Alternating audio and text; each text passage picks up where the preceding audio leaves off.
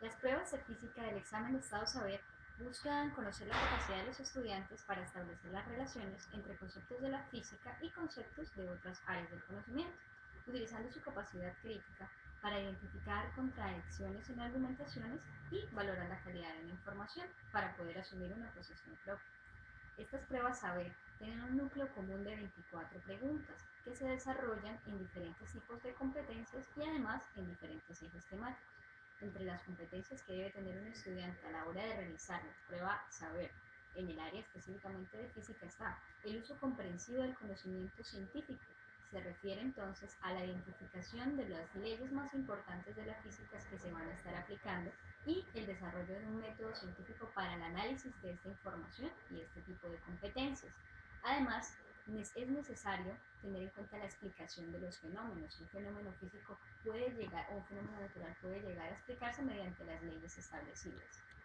Además, también está el proceso de indagación. Hay que hacer un autoproceso de indagación y para llegar posteriormente a una conclusión o una hipótesis sobre la posible solución de ese problema.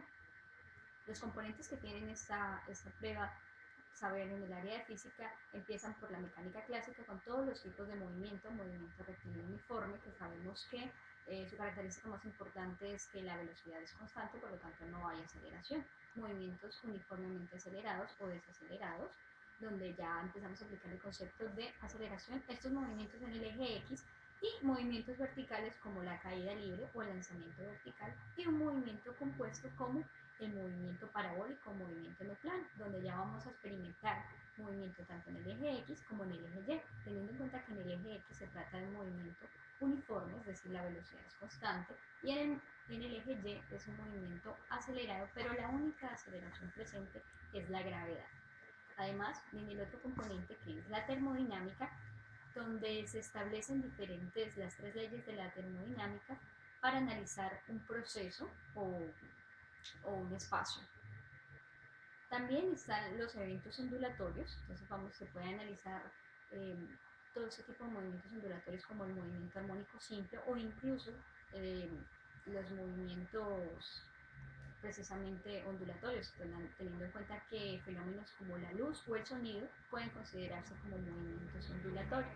Además de esto, hay el componente de eventos electromagnéticos. Estamos hablando de carga eléctrica, la ley de Coulomb, y entramos también en el concepto de fuerza eléctrica, el reconocimiento de las cargas para que se genere una fuerza eléctrica y un campo eléctrico generado por una carga o por un grupo puntual de cargas. Además, entramos en el concepto de campo magnético. Reconocemos los imanes naturales, el campo magnético que posee el planeta Tierra y además analizamos la fuerza magnética y la relación entre la corriente y el campo magnético, reconociendo que es posible inducir la generación de corriente por medio de un campo magnético o inducir la generación de un campo magnético al aplicar una corriente, fenómenos ampliamente conocidos y distribuidos. También es posible reconocer los diferentes tipos de eventos electromagnéticos. En la actualidad utilizamos gran cantidad de esta radiación, sea radiación infrarroja, la ultravioleta visible, radiofrecuencia, que son ondas cortas, o incluso rayos X o rayos gamma, que todo esto compone el espectro electromagnético. Muy bien, estos son los componentes más importantes de las pruebas saberistas y lo más importante es comprender lo que pide la pregunta para poder llegar a una conclusión.